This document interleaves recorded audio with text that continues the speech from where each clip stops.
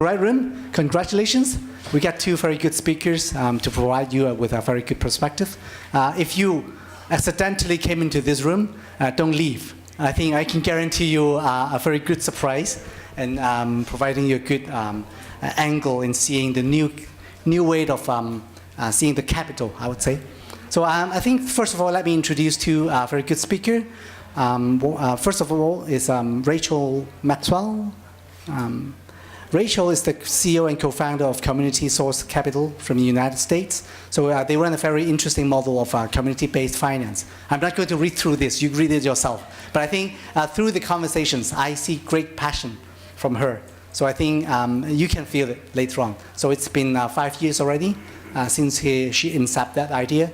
So I think a very interesting model, very different from some of the crowdfunding platform that we heard about. So I think, thank you so much for coming all the way to Hong Kong.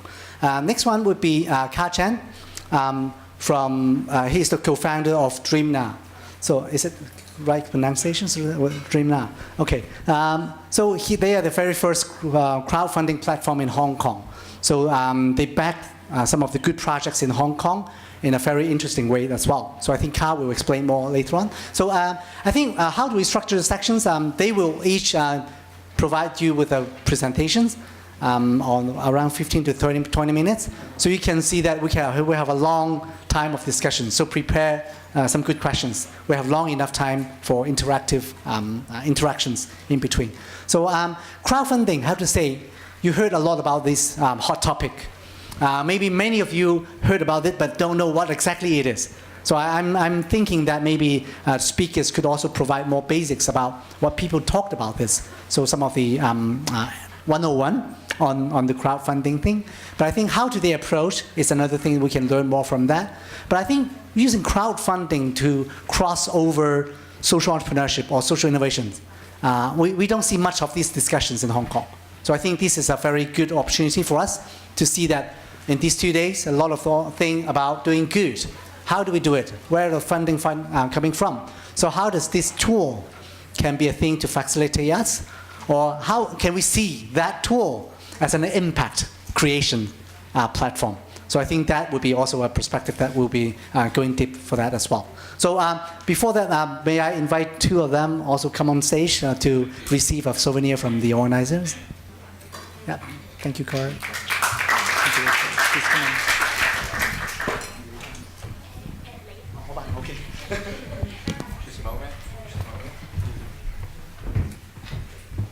So first of all, it's a Chinese book for you? No.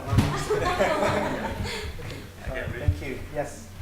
So this is a food for thought for you. Food for stomach. Food for thought. All right. Yeah. Take a picture first. Okay, take a stop to your left, right. Stop to your right. Okay. Okay. Nice and neat. 3, 2, 1. Okay, one more shot. Okay, thank you. So without further ado, we might use a bit. We'll give Rachel a big round of applause. We got Rachel to have the presentation first. Thank you so much.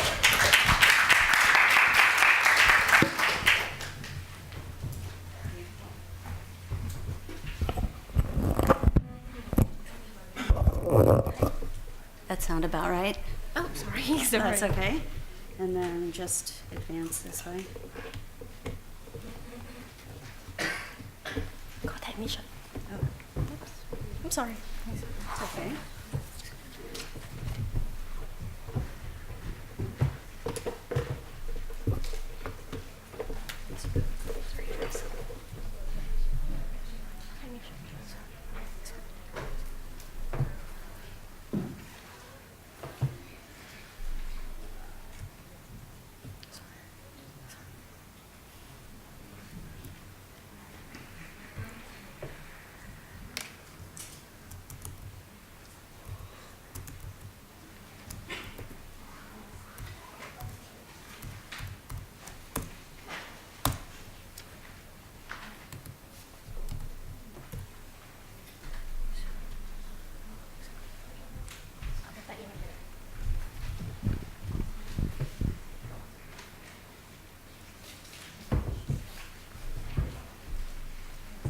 I could start talking to you without pictures.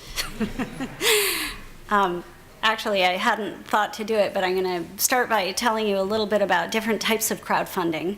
A definition of crowdfunding is just when people are putting capital together, many different people, and the capital is amassed into a single amount that goes to something, a project, a business, a nonprofit, something like that. And there are several, so let's say I wanted to raise $1,000 to replace the chairs in here, or $1,000 US. You probably need to replace the chairs in here, and each one of you, and so I made a campaign, and each one of you contributed, let's say it would be about $10, it looks like. There are about 100 people in this room. And then I would have the $1,000 for new chairs for the thing, and that would be a donation-based crowdfunding. But let's say I wanted to make a new wonderful scarves. I thought I had an idea for special kinds of scarves, and I wanted to make them, and I needed, in order to run a production run, I needed several $1,000s US to do that. And then I might go out on a platform, some kind of internet platform, and tell my story and show you my scarves and tell you all about why they were so fabulous. And then you would pre-purchase those scarves on the platform, and that would give me enough capital to make the scarf run and make them, and then I would send them to you. So that's a sort of a prepay kind of crowdfunding that is a wonderful way for new ideas and businesses to do a market test for their crowdfunding. Another kind of crowdfunding that's been out there in the world and talked about a lot and maybe used less. I think they're doing it pretty successfully in Europe, but in the US it's still not quite there, which is equity crowdfunding, where, oh good, there I am. Equity crowdfunding is where people essentially sell shares of their business, a piece of ownership of their business online, and then that works the way other equity works, but it allows for more population to be able to do it. And that has been harder due to regulatory issues to do, I know, at least in the United States, and I don't think it's happening here yet. So anyway, that's my quickie crowdfunding 101 for you guys. Yeah.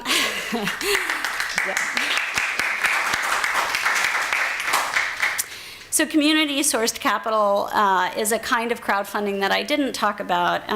We are a lending platform. We do crowdsourced zero-interest loans for small businesses. We are based in Seattle, Washington, in the United States, and most of the loans that we have run are in Washington State or Oregon, which is right nearby us.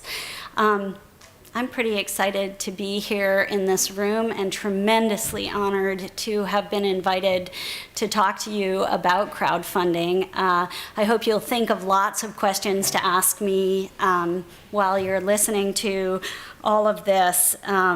At Community Sourced Capital, we believe that crowdfunding can create a more equitable, connected world of finance, and we think that is something we all really need to have happen, to create finance that is connecting people on the ground in a healthy way. Now I'm going to see if I can change this. Yes.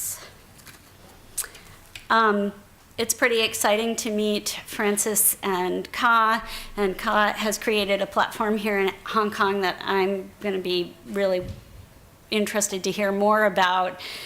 Such innovators that I've met actually already at this conference have been just a fabulous experience to be here in Hong Kong. I was here once when I was a child, so I've never been in this city. I was in a much smaller city a long, long time ago. It's just wonderful to be here. So we help small businesses raise between $5,000 and $50,000 US for their generally an already existing neighborhood business. So what we have served businesses like coffee shops or small restaurants, very small manufacturers who are doing local manufacturing. And this one that you see, those cranberries, I'm going to tell you the story of that cranberry farm in Washington in just a couple of minutes, and how they purchased a bottler with their financing. Here's how it works. So it's a system of finance. So a business comes to us and they have a project that they need to fund. Sometimes I think it's like a food cart maybe wants to grow into a more permanent space. So they need some funding to be able to do that and make that transition. It's a business that's already known to their community. So they come to our platform and they make an application to see if they can do it. And we actually don't turn people away. What we do is we ask them a lot of questions, and we base and we tell them, we give them feedback about what it is they've told us. So what we're looking for is for the capital to be useful, meaning that if you're a baker and you need an oven, it doesn't help you to raise only enough money to buy a third of an oven. That's not a whole oven. So that's useful. It has to be enough to be useful. It has to be responsible. Does it look like you have enough income and big enough margins to be able to repay a loan? This is actually a loan on our website that we make loans. And is it connected? Do you actually have a community of people that you would be able to reach out to who like you enough to make a zero interest loan? So while we don't turn people away, we tell them when we think they don't meet one of these criteria, and they generally go away. Because who wants to have an unsuccessful either campaign or repayment? So once you've raised the money by asking people to do something we call buying a square, and a square represents $50 that somebody puts in, and then we aggregate all the squares into the larger loan and we make it to the business. And then the business repays that loan over time back to their square holders, and every month square holders hear from the business. They get a little report as well as information about how much money has been repaid. We hold square holder accounts, and at any time people can just ask us to get their money out of the system again. That is the money that's been repaid. So the square holders get repaid pro rata, meaning everybody gets their share of the piece of the repayment. That's it. It's pretty simple. So here are Jessica and Jared Oakes, who own a 13-acre cranberry bog in southwest Washington state. And they're standing in their cranberry harvest right there, which is kind of fun. It's called Starvation Alley. It's located in Long Beach, Washington, a town of only 1,300 people with a fairly low average income. And they came to us because they needed a juicer for those berries. So they reached out to their community on our platform, and over 100 people came together to create a $12,000 US dollar loan for them. And they bought their juicer, and they started repayment, and they repaid that loan in about 2 years. And every month, their square holders, heard from them what was happening. At first, it was all about getting the juicer, and it was delayed, and it was this and that, but that created this stickier engagement. So it's not just about money, it's about community engagement. And that spurred something in their small town. So they sell that juice to a local independent hotel because this is all on the beach in Washington, and that hotel wanted to put solar hot water on their roof, and so they did a community-sourced capital campaign and did the solar hot water. And then there's a woman who makes wedding cakes, and there are a lot of weddings at that hotel, and she needed an oven for her bakery, and so she reached out to her community and used community-sourced capital. And we recently had a square holder write to us and say, oh my heavens, I have just deployed my money for the third time. I bought a square in Starvation Alley Farms and they repaid me. I bought a square in the Adrift Hotel and they repaid me, and now I'm doing that for the third time, and I call that a real return on investment. So it's an interesting way that people think about money that is kind of different. We do charge businesses, even though they are zero interest loans, we charge flat fees for services rendered. So it costs a business $250 to get on our platform, and then $50 a month if they successfully raise their funds and get a loan, and it entirely during the repayment time. So that is, I always call it like software as a service. What we're doing is we are managing all the repayments and communications to their square holders each month.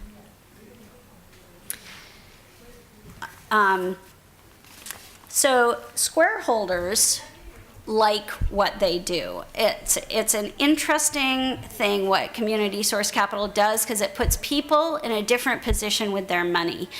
We tend to be categorized as consumers, people trying to buy something for ourselves or someone else, as investors looking for a good return on investment, a financial return generally, or as philanthropists, people who are gifting money to a worthy cause.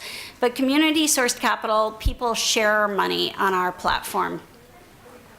And it's like when you were a kid and maybe you shared toys, so you let your friend use maybe your bicycle in hopes that they would return it safe and sound in decent shape, and most of the time they did, and you got it back and everybody was happy, and you felt good because you were doing something for someone you cared about and they got to use that. Maybe they had to go somewhere on that bike. And so this is a tool for people to be able to share money. And part of that I think we'll talk about later also allows us to stay outside of US regulatory problems around putting money together and distributing profits to people. Because that would put us in the world of securities regulation if we provided an interest back to people. So the impact on society is really very strong. It's a wonderful thing for people to do. It creates greater civic engagement. It moves money more in local communities and capitalizes small businesses. We have deployed about $2 million in about 100 loans, and it's created over 100 jobs. 100 new jobs, and helped hold lots more. And that's, at least in the US, that's a very small price to pay for a lot of job creation. So it's an impressive community finance, community economic development method. And in the US, you should know, I assume it's the same here, but banks don't make small loans to businesses, basically not at all. In the last 30 years in the United States, loans under $100,000 have declined every single year for 30 years. So banks are just not making those loans. So this was a way for us to solve that problem. One of the and we do it locally. Here I am, like losing track of what's the slide.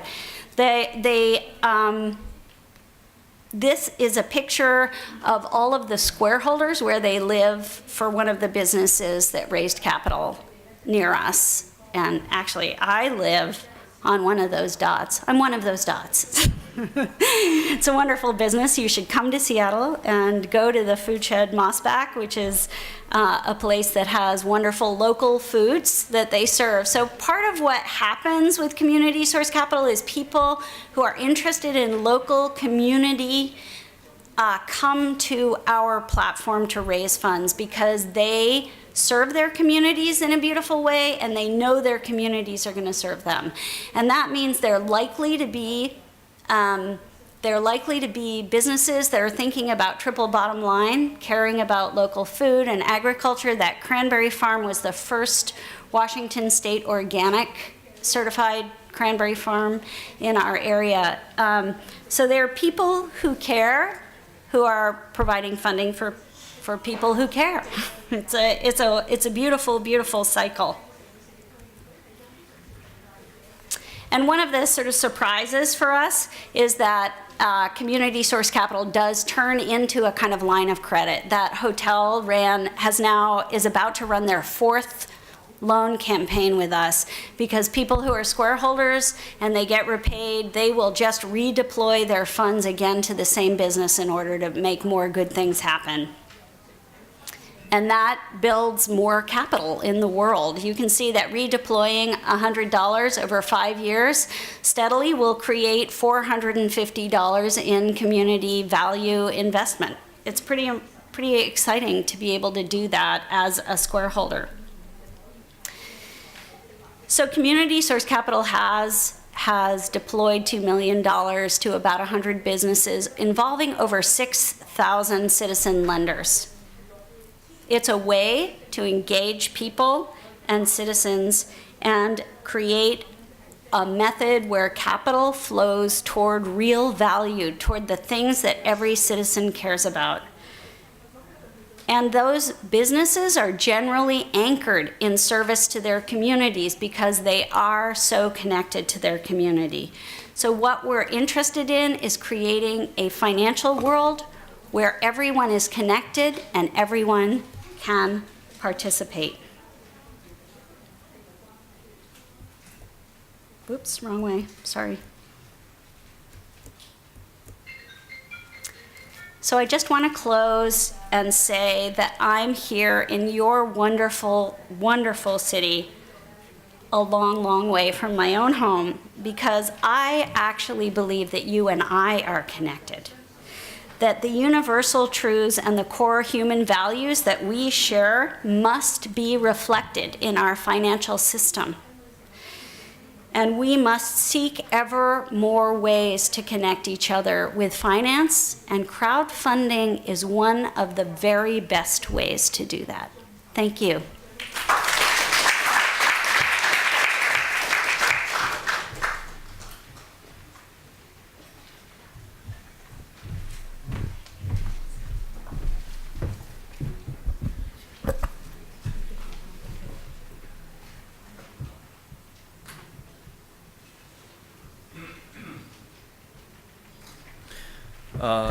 Good afternoon, everyone.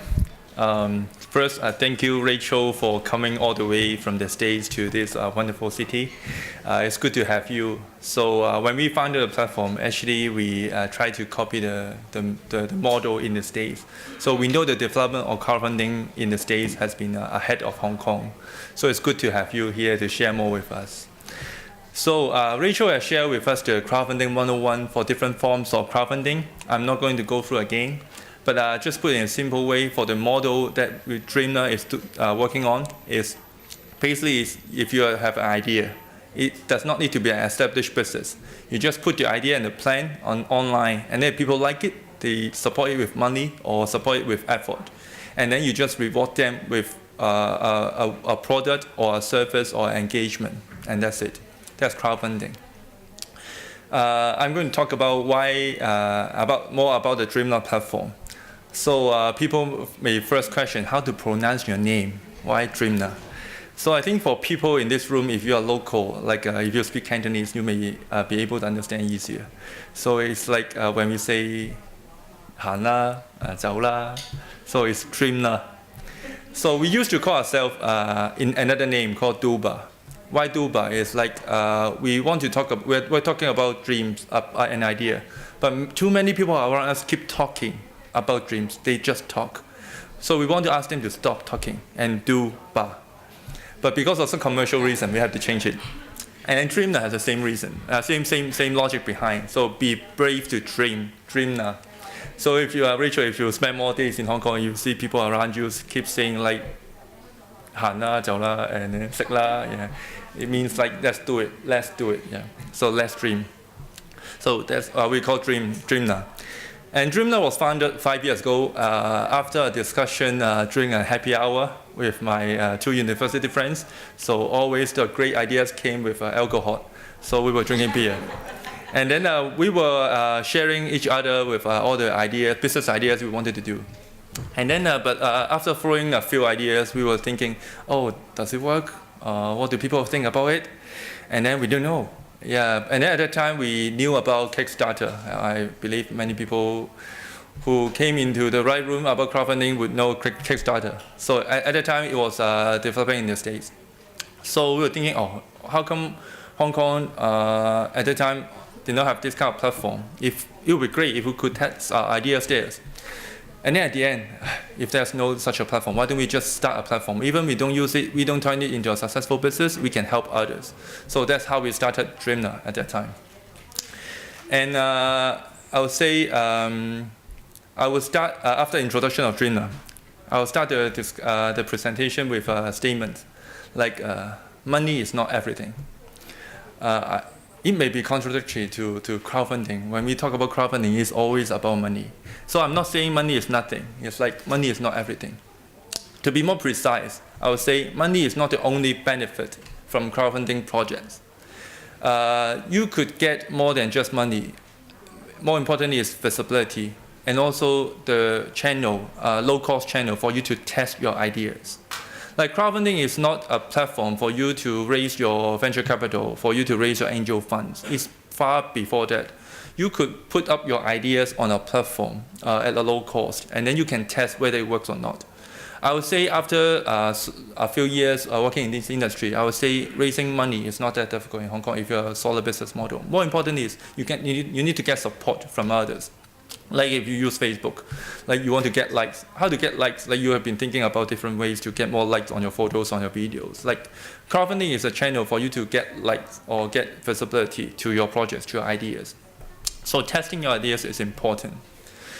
And then I'm going to break down my presentation into 2 parts. So I'll talk about first how to generate business, your project ideas, and then I'll talk about 3 points about that. And then next I'll give some tips like how to run a successful crowdfunding project with another 3 points. My first point about how to generate a good project idea. My first point is, it may sound funny, but I would say you don't need to have a dream. You don't need to have a dream. So we call ourselves Dreamna, but we are saying that you don't need to have your own dream. Why we say that is we have been talking to different people, like they may be struggling whether to start a project or not. But they've been thinking about what their dream is, and then they're thinking about like how to fulfill their dreams. When they talk about dreams, they always focus on the long-term vision. Like if you keep focusing on something very far away, you will lose your eyesight on something what is in front of you. So what we are saying is, you don't need to have your dream, but you should know what your passion is and focus on your passion. Don't need to think about something big to achieve in your life. Think about something that you love right now and then do it. One of the examples on our platform is there was a project. It was about a girl who is a full-time designer, and then she loves vegetarian food. She's a vegetarian, and then she's really good at cooking, and then cook all the vegetarian food. She wanted to share the recipes of her vegetarian food to others, so she started a project on our platform. So the project obviously was about publishing a book, like a cooking book about vegetarian food. And she didn't know what to do next. She had no plan at that time, like to be a writer or etc. But she just wanted to start a project to share her passion. And the project was not as successful. She could not reach the funding target. But because of that project, she got noticed by a publisher. A publisher eventually helped her publish her first book. Now she has published, I think, 2 books already. She's working on the 3rd book. It was one of the most successful projects. Although it was not successful in terms of fundraising, but it was a successful project on the platform because we helped her start the first step to share her passion with others, and then she eventually made it. So focus on your passion, so you will have more motivation to go forward. And then second point we want to share is like no need to think about don't focus on the your plan, and then you need to help respect others and then help people with less power. So you should not doing, you should, okay, I should rephrase it. So you should say, don't seek happiness for your own self. For your project, you should be seeking to bring happiness to others. So in the business term, it's like don't sell products that you like. Sell products that your customer would like. There was a project on a platform. It was a project to help the visual disabled people.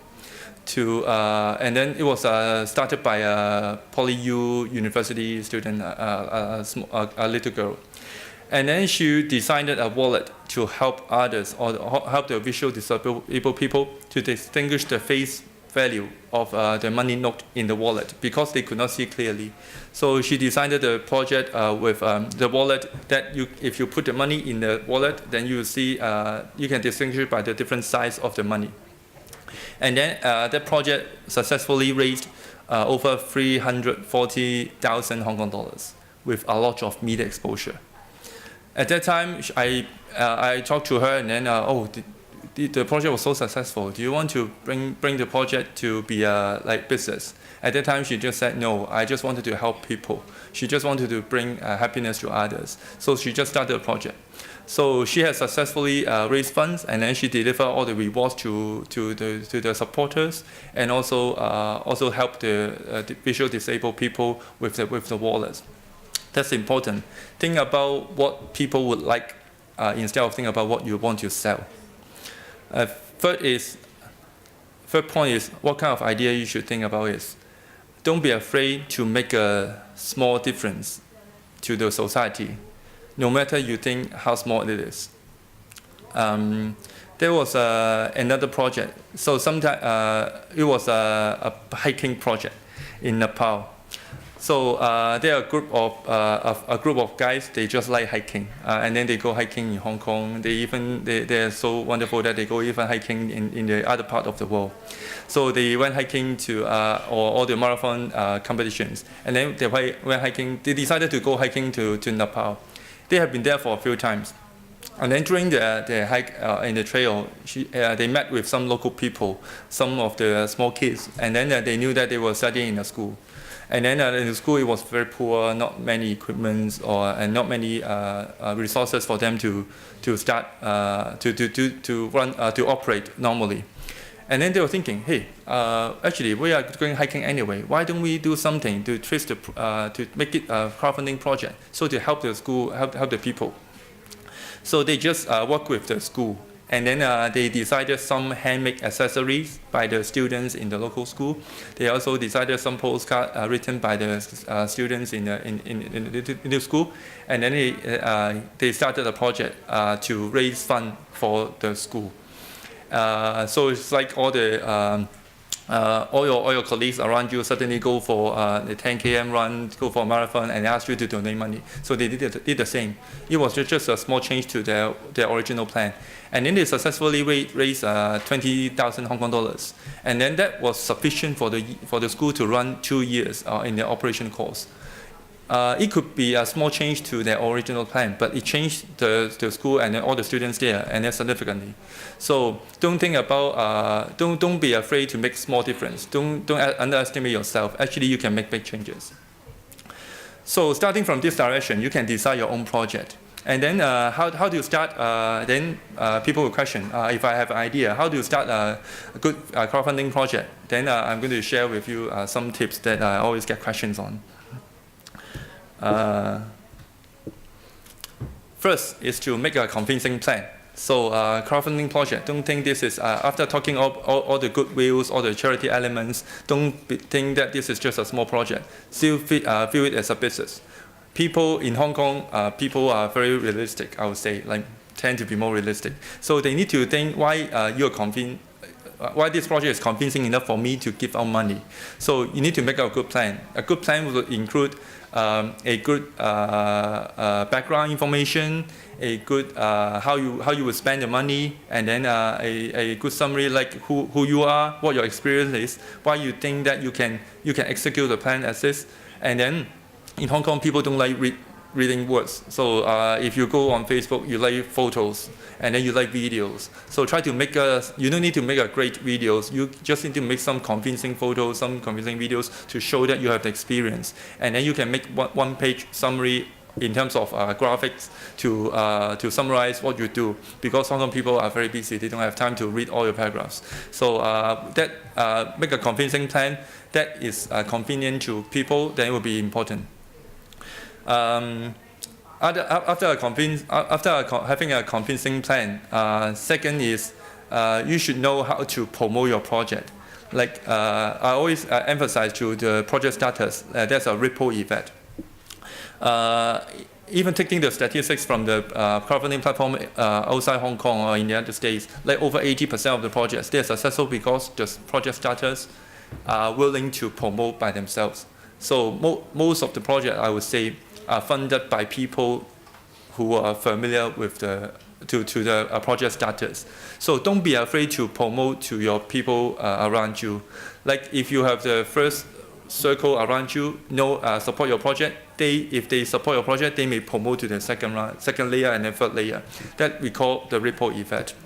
So this is important that you are willing to promote your project to others.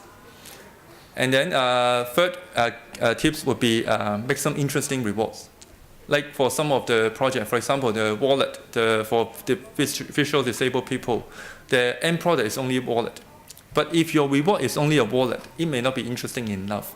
So you need to redesign like more types of products for people to choose. Like in the States, people like, I don't know why people like having poster or USB keys, but I would say in Hong Kong it may not work because normally the house is so small that we don't have space for the posters. But in Hong Kong, people may like to have recognition. So you can think about some rewards like I will recognize your contribution in my book or in my Facebook page or in a public speech that I'll thank you in front of others. It could be one type of reward. Second type is I can get you engaged. People like participating in the activities. Like if you can get me in a social event, then I can really participate in your world and then to see what you see. I can then have a great story to share with my friends and colleagues. This is important to some of the Hong Kong people.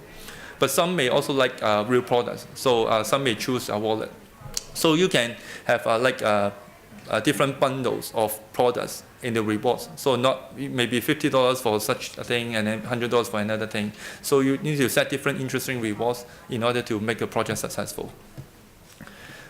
There are more other tips to run a successful crowdfunding project, but it also depends on project by project. But these are the three main points that I would like to share with all of you. And at the end, if you're successful, actually on our platform, surprisingly, we don't do a lot of promotion, but still a lot of media actually keep checking on our website to see what projects are attractive or interesting. And then if you get media exposure, then the ripple effect will go even further. I just want to conclude my presentation with one sentence, like. Don't be afraid to do something that you don't think is meaningful to others in your mind. Like focus on your passion. make a small difference, no matter how small it is. And then ask a question to yourself. We came up with this slogan when we were in university. And when you were in university, you were always passionate. You were always like doing something like it sounds good. And then I don't use it now, but I still want to conclude it with this word. Like, if the world ends tomorrow, do you have any regret? Ask yourself this question. If money is not everything, if instead of just spending all your time in earning money, doing your own business, can you do something else to make yourself happy or make others happy? And that's it.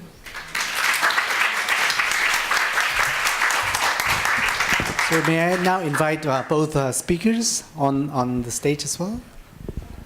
So we can start with interaction section.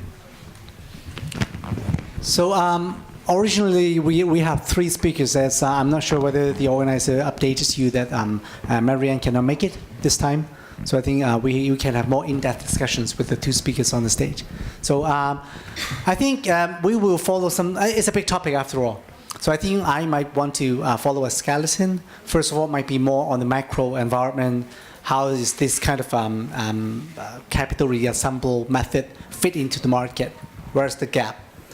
Secondly, we might go into the micro. All the interesting mechanisms, they come from different original concept, so they do it more differently, although it's also a crowdfunding platform. So how is the mechanism different? Is there any tips for the project initiators? Or how is the profile of the user, things like that? So the third part, I think, would be the facilitations. I think both of them arrived at that already, at some interesting discussions. I think overall the theme is called Beyond Capital. What kind of thing? It's not just about the money. What kind of thing we should achieve? The platform itself, can that be an impact? So that would be our skeleton. How does it sound to you? So maybe I will start with some question on each area, and then I will open it to the floor very soon. That think about your good questions. All right. So I think first of all, let's go back to the macro. So how do you see these kind of facilitations fit into the market? As Rachel said, I think the smaller loans right now is dropping in the United States. So, but I think, how do you see that? Is there many more people, the project initiators, prefer these way of things, or anything on the demand side that you think we are filling the gap? And also on the regulations as well. I think may I both of you also respond to this? Maybe Rachel first. Well, the way we fit into the market, as I mentioned, there are very few small loans made in the United States. Essentially, the micro lending market is not taken care of by the traditional financial world. So banks don't make small loans to small businesses, even though small businesses need them. And that is really simply because it costs too much for them to do that. For a bank to make a loan that's $1 million, it costs essentially the same for them to make a loan that's $10,000. So it's a funny thing, but banks basically lose money on small loans. And so how to build the world of the neighborhood business is really the question. And then when we ask that question, how to build it and create more community while we're doing it, more connectedness. This is one way to do that. There are other ways to do that, but this is a lending mechanism that works well, if I answered that to some degree. And we fit into the regulatory world because we needed to you can't do in the States, you can't do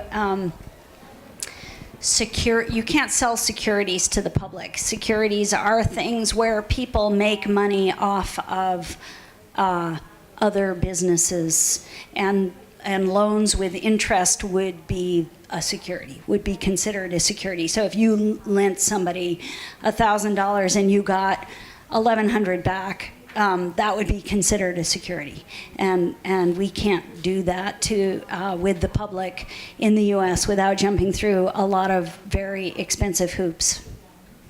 May I follow up on this? If it is not a regulatory issue, would you charge interest? Well, that's a really good question, because we created it without interest because of the regulatory issues, but then what we discovered along the way was that there was some magic in sharing money, that people love to do it, that the businesses who receive it feel the generosity of the people who lend it. And the people who lend it more palpably feel the value of the business they lent it to. So it creates community. That was unexpected. So interest is our evil in this world. No. No, not necessarily. It just what we find is that when we have that part of our head that's thinking about, are we making money, that separates us from each other in a certain way. That I don't know if you have the phrase here, it's just business, that allows for a lot of social evils, or things that you wouldn't do with someone you're deeply connected with. So it's really the relationship go beyond the capital itself. Yeah. That's very interesting. Thank you. So Carl, what is your observations in Hong Kong or in general in Asia? The gap. I would say in Hong Kong, crowdfunding has great potential, but it's still developing. I would say it's still in a very early stage, because you see people do not really understand the concept of crowdfunding. I mean the general public, and that's an important piece. And also for crowdfunding in Hong Kong, we have a big obstacle is for people in Hong Kong, they can so easily buy any innovative products in the street or through other channels. But if you are promoting a product that we have not person has not been developed yet, and then I can tell you that it will come out 6 months later, people have not seen it, have not touched it. People in Hong Kong still do not really accept it. So it's still at a developing stage. But I would say crowdfunding now is more important for people to test their ideas. That's why we were focusing on projects that are more like engagement in terms of activities or with charity elements or in terms of community projects. I think this would greatly help this type of projects to find their funding channels or promotion channels. And in terms of regulation, actually Hong Kong, as per our understanding, there's no specific regulation on crowdfunding yet. We have received a note from Security and Futures Commission before that they were telling us they are paying attention on the development, but no solid regulations have been come up by them yet. And based on understanding, as long as it's not equity crowdfunding. Equity crowdfunding is like IPO. I believe many people subscribe IPO here. And if it's IPO equity crowdfunding, it will be regulated by the SFC. But we are more like a reward-based crowdfunding. So we are more like a marketing platform or more like a sales platform, like an online shop to sell products.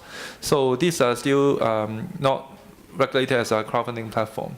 And I don't think the government would put regulation in so soon because it's still at the development stage. If you put regulation so soon on an innovative or new industry, you just kill the industry.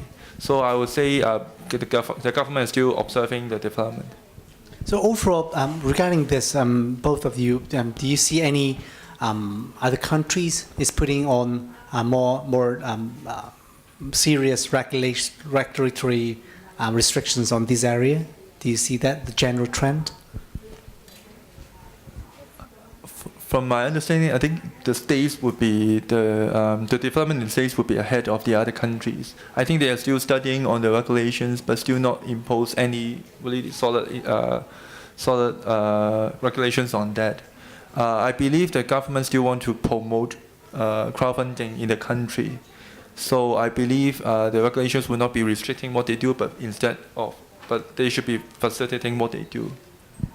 Yeah, the U.S. has created crowdfunding regulations. It's taken them, we felt, a long time, but it's still not being heavily successfully deployed. I sort of look at the UK, and it looks to me like they're going faster, actually, because I believe that they have a pretty strong securities crowdfunding, so equity-based or lending with interest going on and has been going on for some years, where the U.S.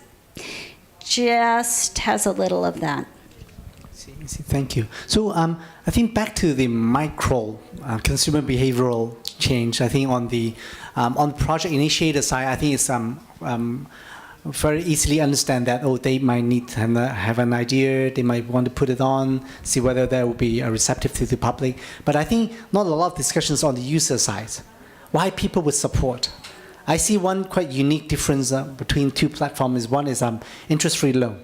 So basically it's riding on generosity, as you said. But I think for Car's model, I think it will be some kind of a reward. How do you see these things? What is the profile of your users?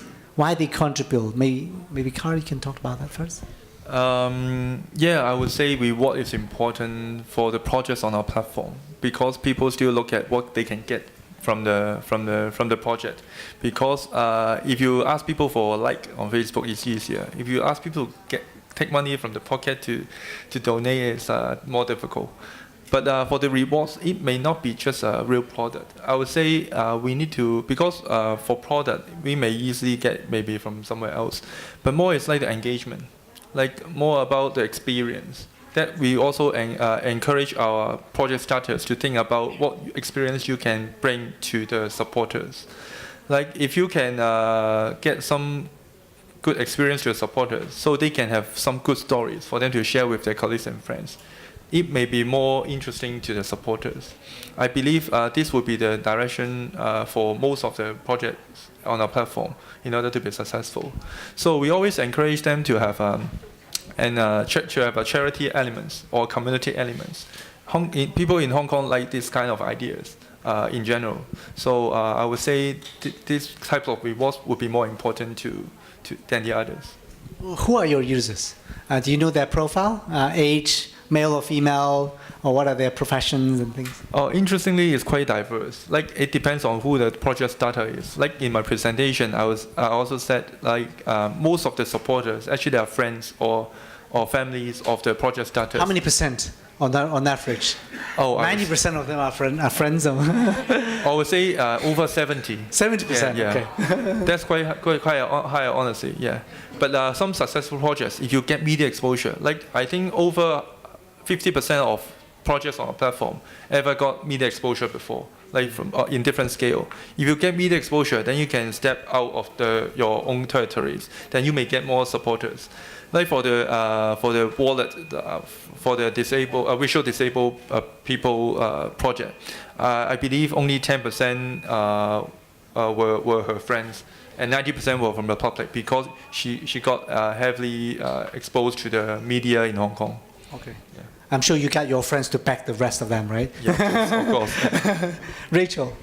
Well, I would say it's in an interesting way. It's sort of similar. So the about 80% of the people who get involved in a campaign or buy a square know the business or the business owner.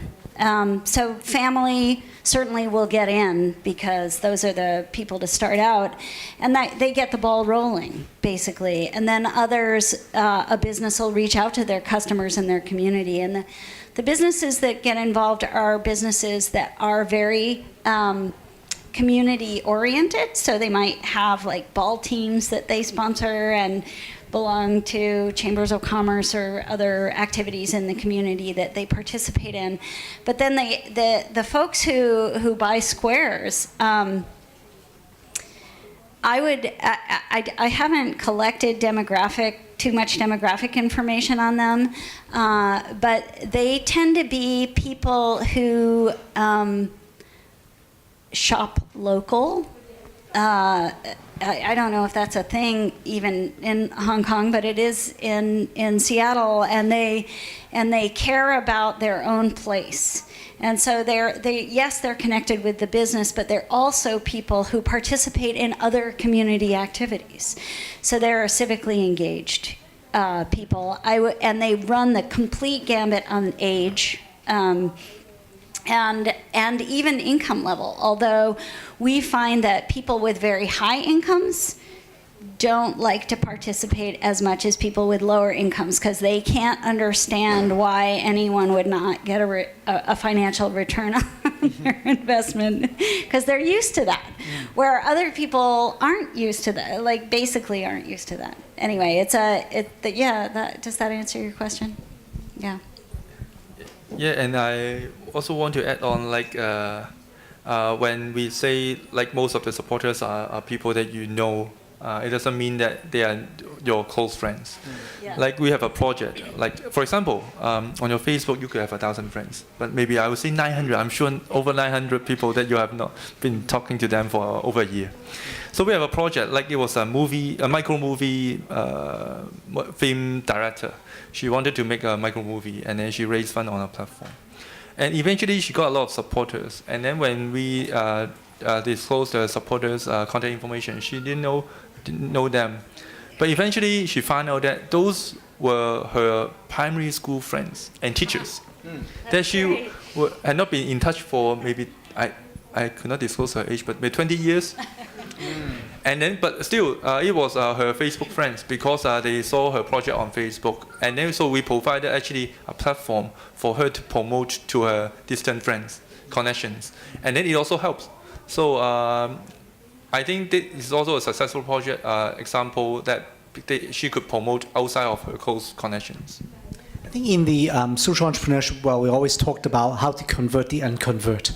So I think the ideal is along the way, it's just 5 years right now.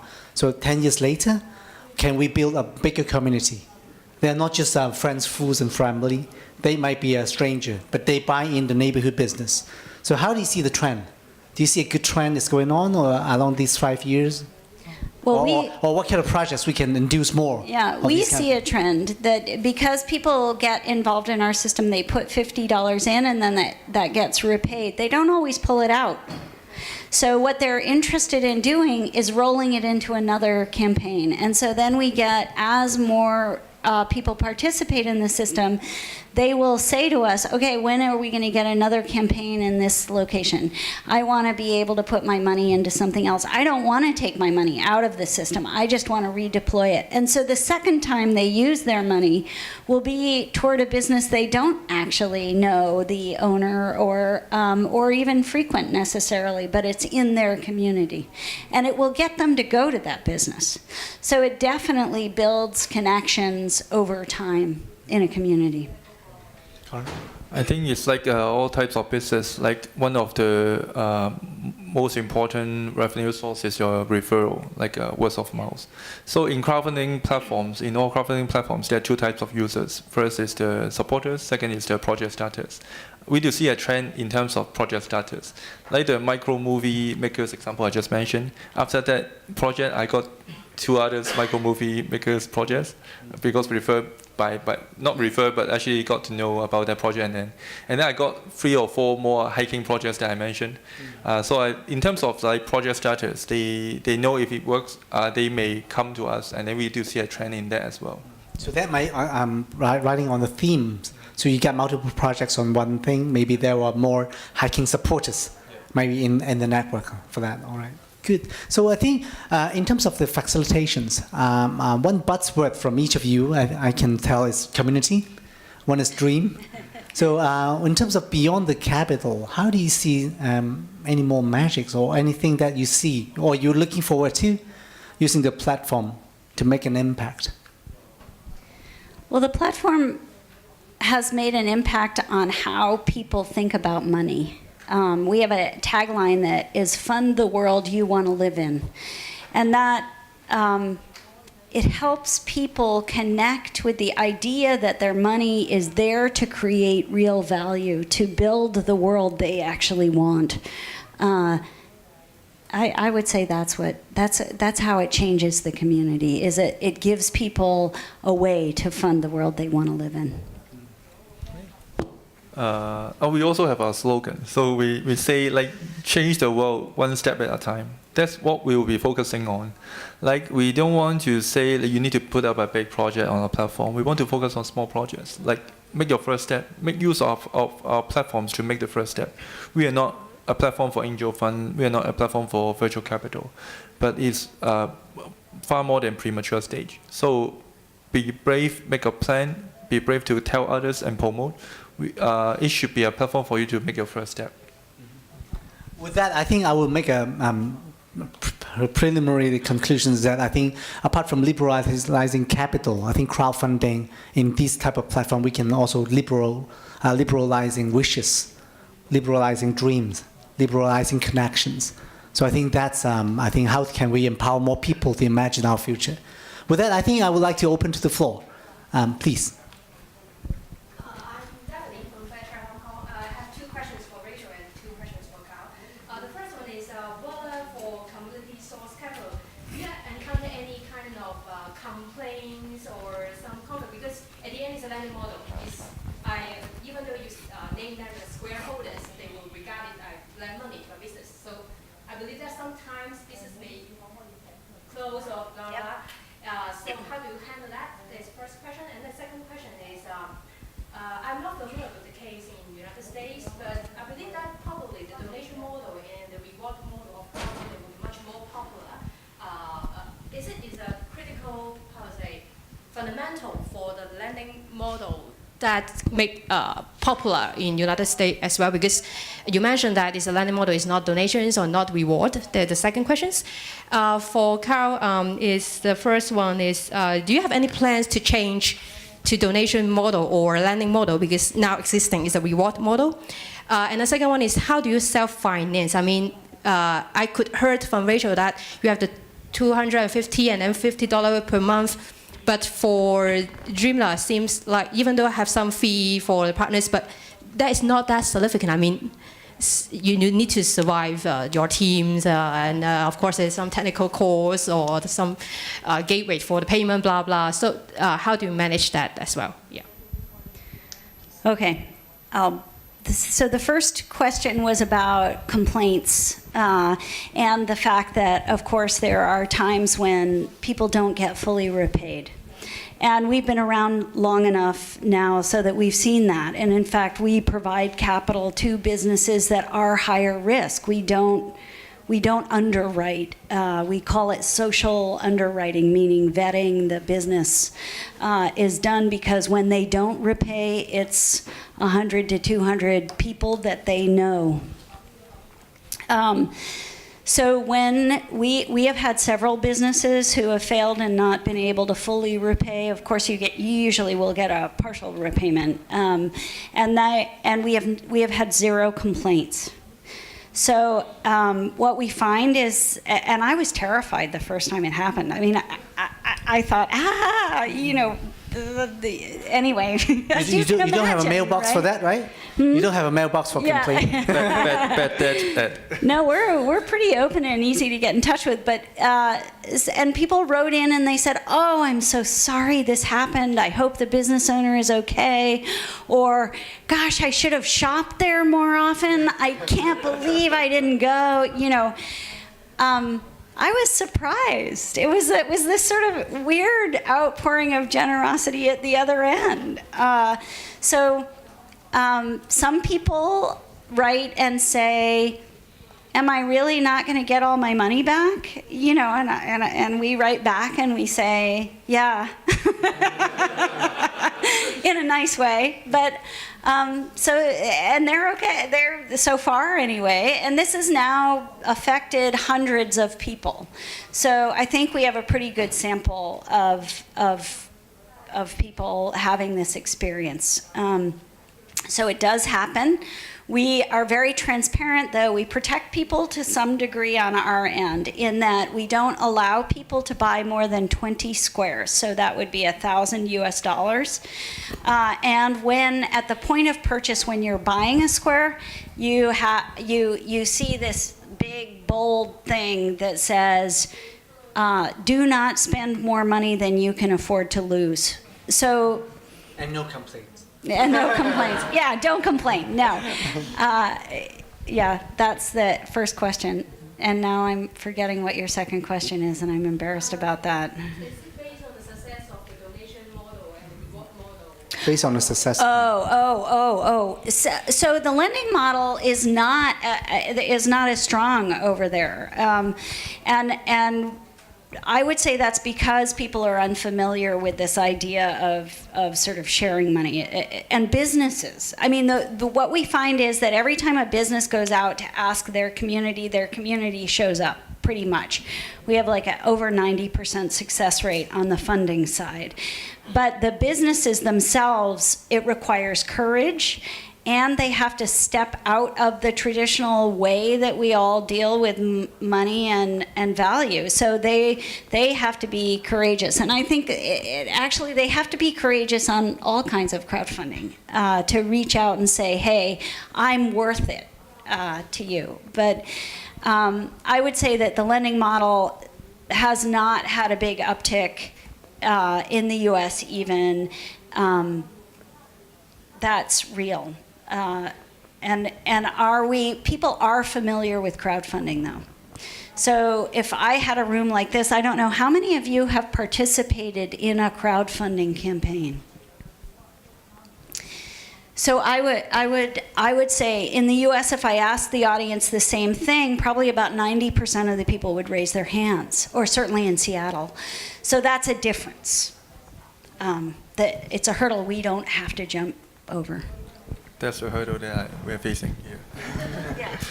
Yeah, so for my two questions, it was more about finance of the platform. So first is about whether we change to a lending model or donation model, because we are now currently a reward-based model.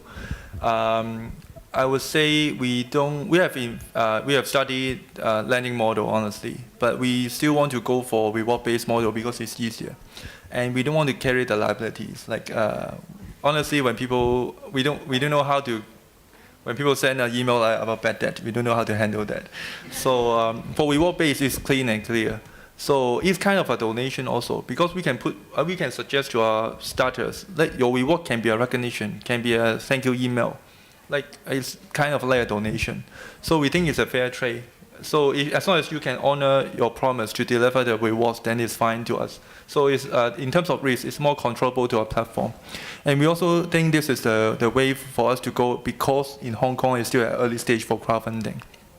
For lending, I've seen the news like recently. I think some people are starting P2P lending in Hong Kong, but when they start P2P lending, because of all the transaction costs, I believe the amount is still very high. Like they cannot focus on small projects. But that's not the focus of Dreamna. We want to focus on small projects. That's why we want to focus on the reward base. Second question is, what do we charge? How do we self-sustain? This is an interesting question. We have been recommended by some of our friends. We should start a crowdfunding project for ourselves, so to crowdfund, so to support the platform. But we on don't know. Rachel's platform, maybe. Yeah, maybe. Yeah, but we can't repay.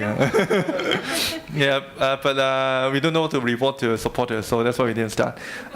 So anyway, so we actually currently have two fees models. The first is more typical, like all crowdfunding platforms. For each project, there's a funding target. If you can reach the funding target, the project starter would be entitled to get the money that you raise. And then we charge 5% on that. If you don't get reach to the funding target, then the project starter will not get any money. All the money will be returned to the supporters, and then we don't charge anything. So that's the first type. Second type is, which is more popular on the platform, is we charge a fixed fee.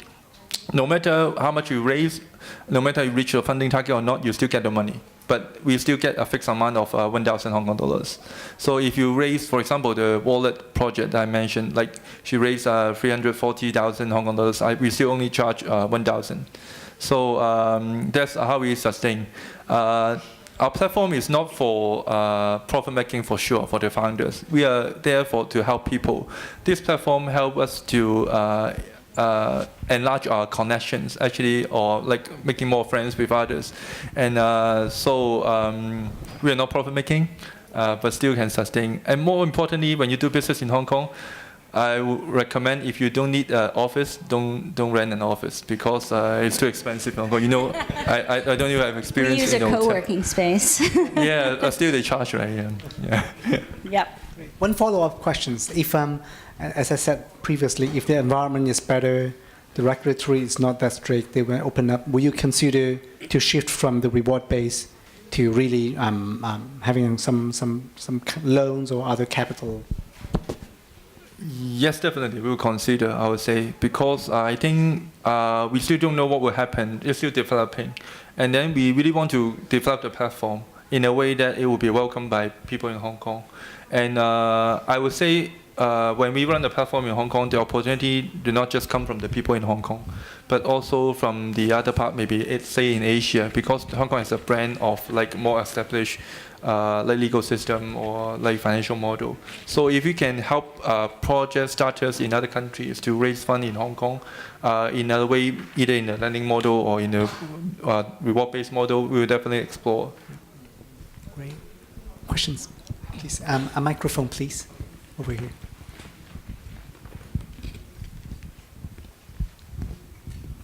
Thank you for sharing about some of the inspiration on crowdfunding. But I would like to know that because you're talking about that we can share some of the original ideas before put it on your platform to get the crowdfunding. So I would like to know about the intellectual property side. So about this idea, is it the risk on the project owners or any things you can protect about this? The IP. Maybe I'll share first. Yeah, that's for me. Yeah. Yes, definitely. Honestly, what we would tell the project starter, you need to take the risk. I would say, especially in Hong Kong, if you've seen a new product, maybe in 2 days you will see in some shopping website in China that you see 1,000 of them Or just come some out. table. Yeah, or in some shape. Yeah, you need to take the risk. But I would say branding is important. Like people care about quality.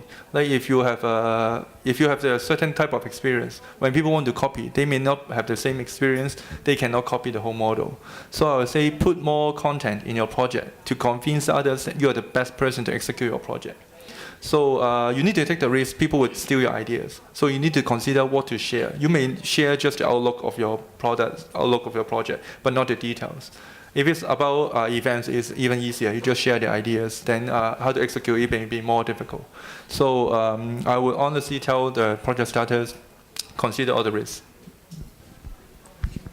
Well, we don't really fund projects like that. So community source capital doesn't really fund startups and product-based startups particularly. I mean, we do fund people who are making products, but it's not a startup. So we fund chocolate bars or the creation of backpacks was one of the people that we funded, North Street Bags, but they already existed. So they had an established clientele, they have an established product. It just doesn't come up with the lending. And lending is really not a good mechanism for startups. Startups really ought to do the rewards-based or equity-based loans. Not so good. I think definitely that would also signify what their uniqueness. I think apart from funding the money, I think it's funding the value. So if you buy in the community economy, you're supporting a neighbor shops. I think that would be the values that building the links on that. So if you're supporting someone's dream, so I think you might not want to just copy their dream and build my dream. You don't have a dream anymore. So I think along the journey, I think the ultimate goal is we build more informed or more better quality users. So they become a crowd as supporting some of the local initiatives that we have. So I think that would be an ideal that we're looking forward to, maybe. Yeah. Good. More questions, please. Yes, please. Yeah, thank you, the speakers, for the sharing. Very insightful. I want what kind of your experience in terms of kind of like optimum sponsored you are seeing? Would it be kind of like 100, or 200, for the project that you've been supporting? And the question maybe is to ask is, since you mentioned that majorities of the sponsors are really close friends of the founder, what kind of value-added service that the crowdfundings will be provided? I mean, the thing is, why people use your crowdfunding platform and not just send out the emails to all your friends and, okay, I'm going to have these things and go for it? I'll take a stab at the end of the question, and then I think the beginning was more for you. But I say to people, go ahead. If you have an Excel spreadsheet and you want to keep track and you want to do all of that, you can do that. But we provide a real service that actually it's very annoying to do all of that. Yeah, we said the same thing. Go ahead. Yeah. We were challenged by one of the project starters. Why don't I just start a Facebook page, and then put a link so you can donate money to my bank account, something like that. Yeah, go ahead. Yeah, and then you become one of the Facebook pages that I receive every day, like so many of them. So interestingly, in terms of number of people, I believe more the merrier. Like if you have more, then you get the results of visibility. You get the benefit of getting known by others and promoted by others. We have projects supported by maybe 10, or we have projects supported by a few hundred, or even more. And of course, we would say money is not the most important benefit you get. So if you get more people to support you, that means your idea works. If not, then maybe you should treat your ideas. At the end of the world, like our platform is to help you to test your ideas. And in terms of like what value add we can bring, interestingly, people see our platform because it's quite new in Hong Kong, like when we started, and even now. A lot of media, actually, they're more interested on the project that of which the nature may be not much different from the normal project. But if they use crowdfunding to raise funds, then media will have more intense incentive to report them on the news. So I believe that's the greatest value add we can get. And also another way is a more convenient channel for you to promote your project.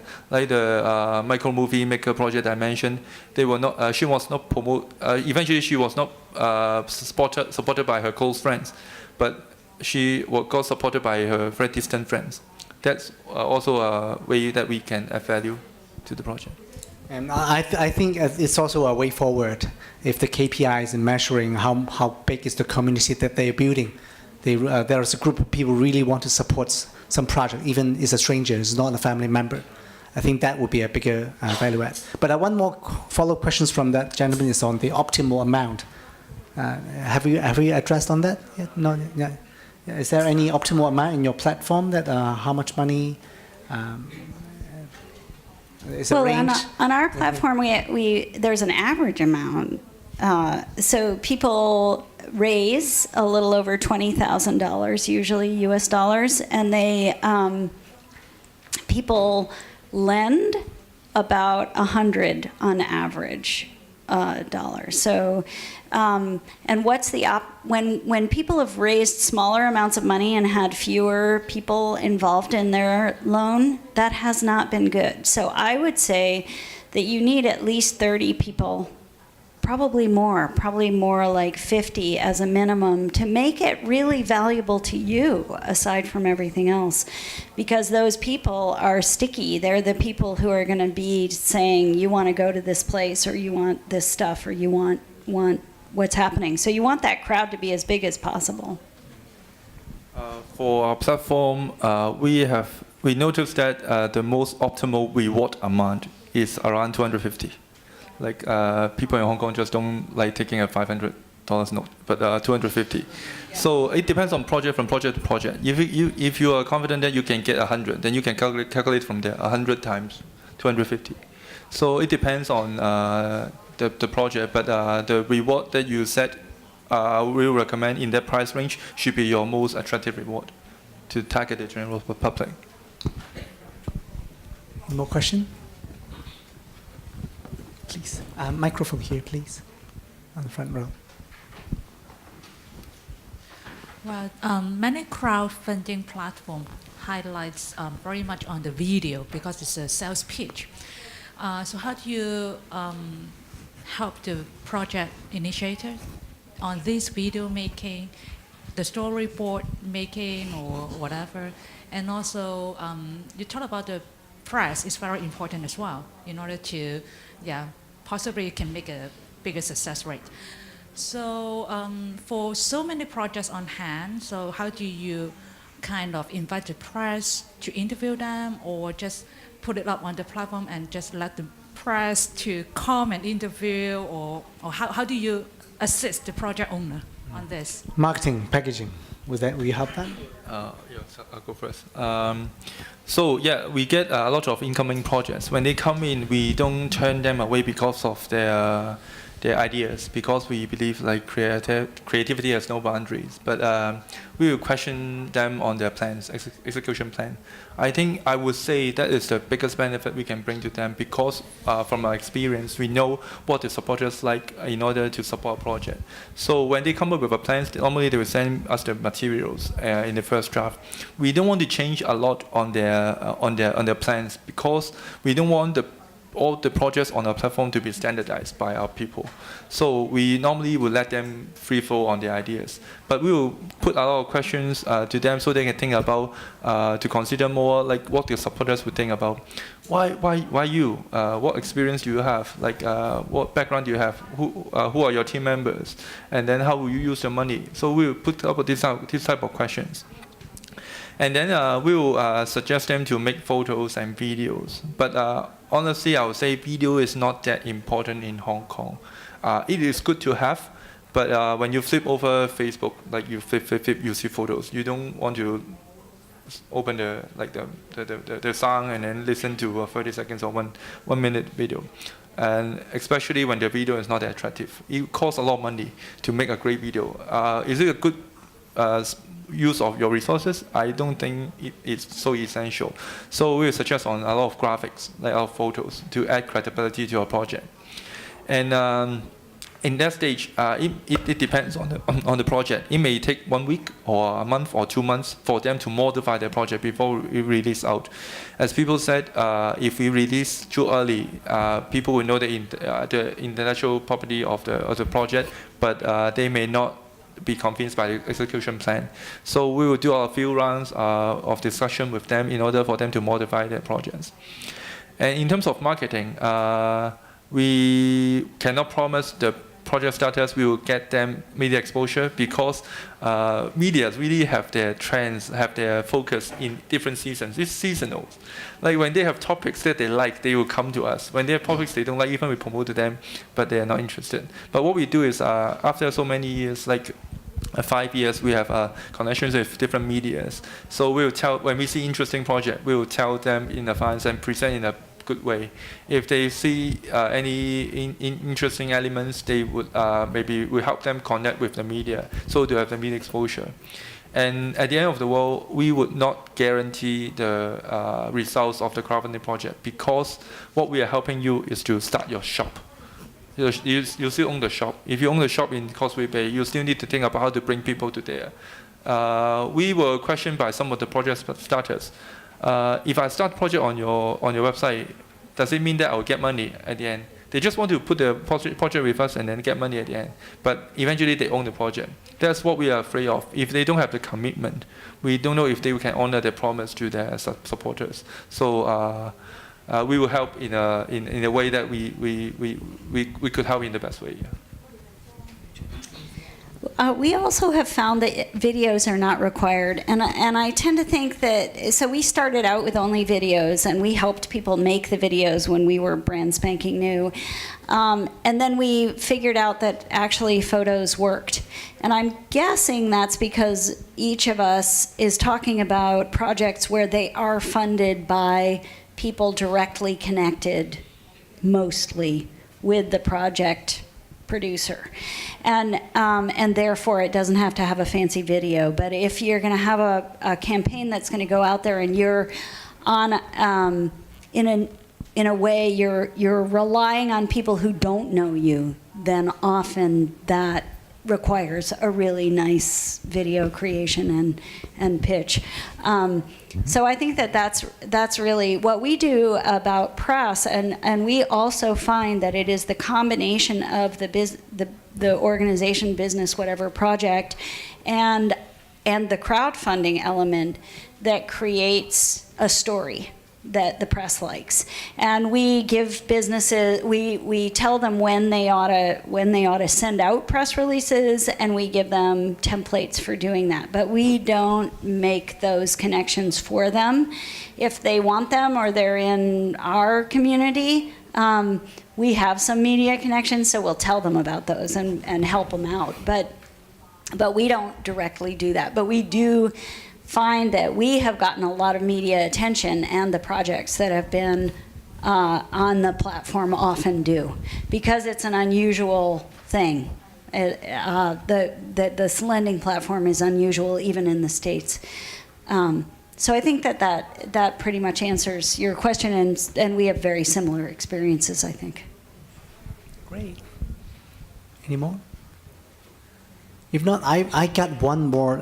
It's from the future development.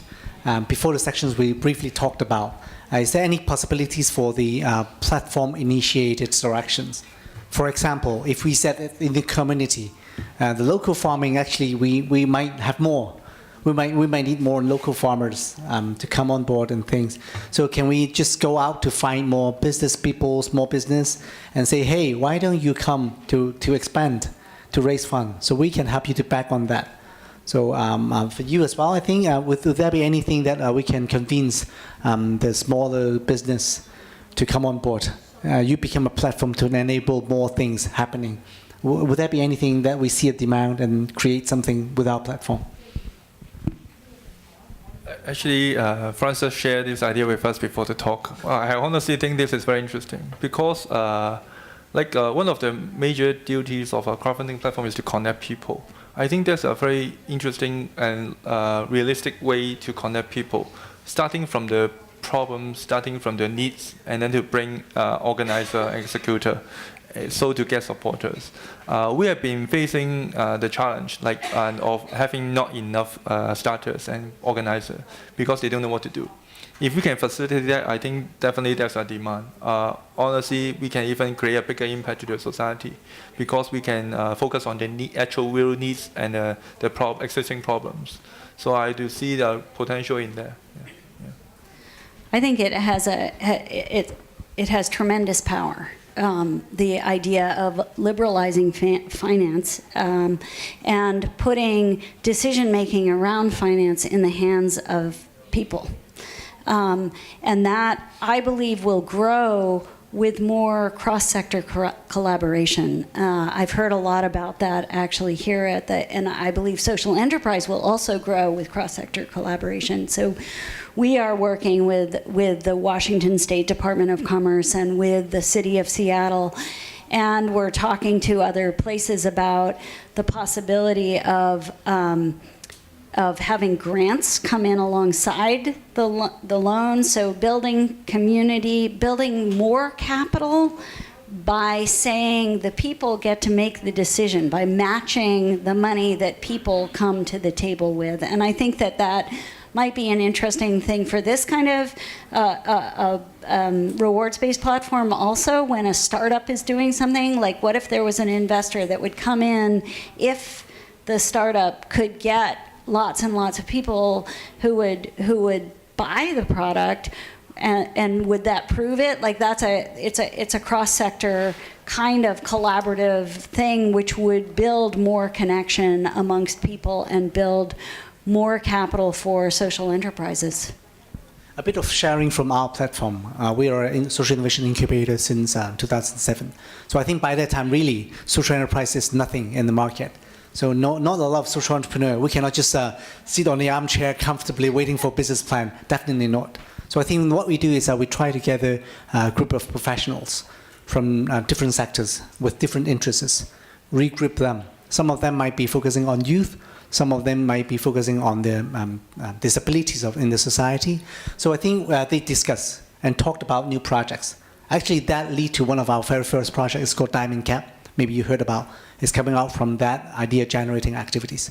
So I'm seeing that when a platform appeared in the market is not that ready, like in Hong Kong especially, we cannot just sit and wait. How can we take more initiative to drive people to think more? Especially there are obviously quite some social gaps in Hong Kong that's quite not unfilled yet. So I think, can we get people to talk more about that? That would be one thing that I think all platforms could consider. And also, we observed, also on some of the topics you can observe from the summit as well, business sector is moving now. In terms of cross-sector collaborations, Just growing a social sector is too tiny an effort that we can make a real movement in the society. And after all, mainstream business right now, the way that we are doing, is creating more problems every day. So I think without affecting, influencing, and shaping a new business world, there's no way that we can make our movement collectively successful.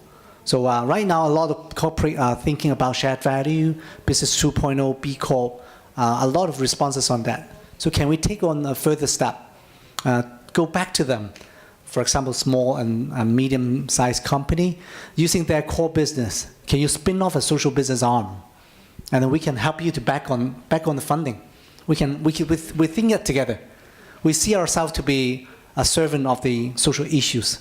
Then come along, I think that might be creating some new thing maybe. Yeah. So it's a small thing to contribute in that. So any more questions from the floor? Please. Yes, I think this question is directly to Francis, is it because you raised that thing? I know. I believe that when you start your social venture and different projects in here, the crowdfunding was not kind of like mature, was not available in here. As a hindsight, with all your experience in here, do you see your project will be able to benefit on the crowdfunding platform? Just. I'll be wrapping on Clara. Can you help me? I should ask you a question. Yeah. So I think what I observed in the last 10 years, really the movement is going on really, really rapidly. As I shared with Rachel, I think I didn't expect 10 years before when we were organizing the very first summit, there will be a lot of people, we were getting to know social enterprise. Many sectors will come to this forum continuously every year. We didn't expect that. But I think we surprisingly get the mainstream's attentions on this. So I think we're waiting for the market to be mature. And I think we are trying our very, very best to convert the unconvert in a much faster pace. The least thing that we want is people just think that it's a very easy black box. You put in capital, put in thing, it's done. It's just like a platform, online crowdsourcing funding. You put in things, your money will come, and then you go. But I think it's not that easy. So how can we embrace the value? It's a very important thing. What I love both platforms is that they treasure the value very much. Community economy. The problem right now is not the capital. It's how fast we can create more new innovation with a collective effort. I think it's a bigger question for us. So I think to close these sections, may I bother you to share a little bit on the first day you make a switch from 2012 up till now. Do you regret? Tomorrow is the last day, huh? Do you regret? Do you have the regret? And then what you foresee 10 years later? What do you want to see? What is your dream regarding the crowdfunding? Or maybe by that time crowdfunding is an old-fashioned term. So what is it now in your imaginations 10 years later? What do you want to see? Car first. Do you regret? Definitely no. Normally people will not regret for something that you have done. Normally people regret for something you have not done. So we took a step 5 years ago, so definitely no regret. And what we want to see in 10 years later is like, because all the founders on Dreamna were born and raised in Hong Kong. So we see Hong Kong is like, everything is about finance. Like people study hard, go to university for a good job, and the money is important. Like people have high pressure because of living. What we want to see is we want people to make use of their talents, so to also contribute to the community and the society. As we said, like social enterprise, I think one of the things that we don't have is we cannot retain talents with experience. If it's good to see the trend is moving up, and then with people like Francis contributing to the industry, we hope that in 10 years, like in Hong Kong, people will not be just focusing on money, on finance, but also causing good cause, having good work-life balance, contributing to the community.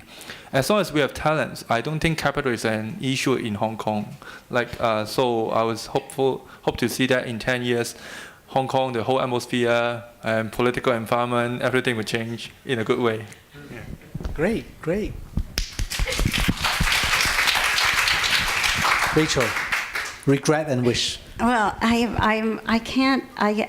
have no regrets. I think that yeah, I cannot think of something I regret about creating this platform and doing this work. I think that the wish and the vision that I have for a future is that we all understand and are connected to the value we can create with our money, and that value is based in community values, that it's based in caring for each other and our connections with each other. I believe that's what is going to happen, because I think I see it happening already. I see people understanding, and perhaps it's in this great uptick of social enterprise in Hong Kong. You've seen it too.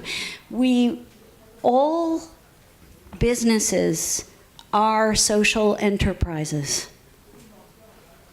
like every single one. And so if they contribute to society, we will support them. That I really believe that what we're beginning to realize is that we have that power, communal power, that business is social, and it needs to act that way. Great. For me as well. So 10 years we didn't regret, and then we are now to start again, to think about our 10 years plan. So we will like a new startup again. So I hope that especially those people in the social enterprise sector keep you new every day. Let's forget about all the terminology or definitions or even funding. Sometimes I think let's think about what is important for our society. Let's keep our belief in good. One thing that I picked from Carl is that I think I will end that with the line. I think success or value should not be only defined by the capital owner or the investor. No longer is that world. So I think let's begin with the value or the real differences we want to make. So let's give a big applause, round of applause to Rachel and Carl. Thank you so much. One thing not to forget, fill in your questionnaire by ticking all the excellent boxes, okay? And then and also go back to the main conference, 4:30. There will be a closing remark on that. Thank you very much.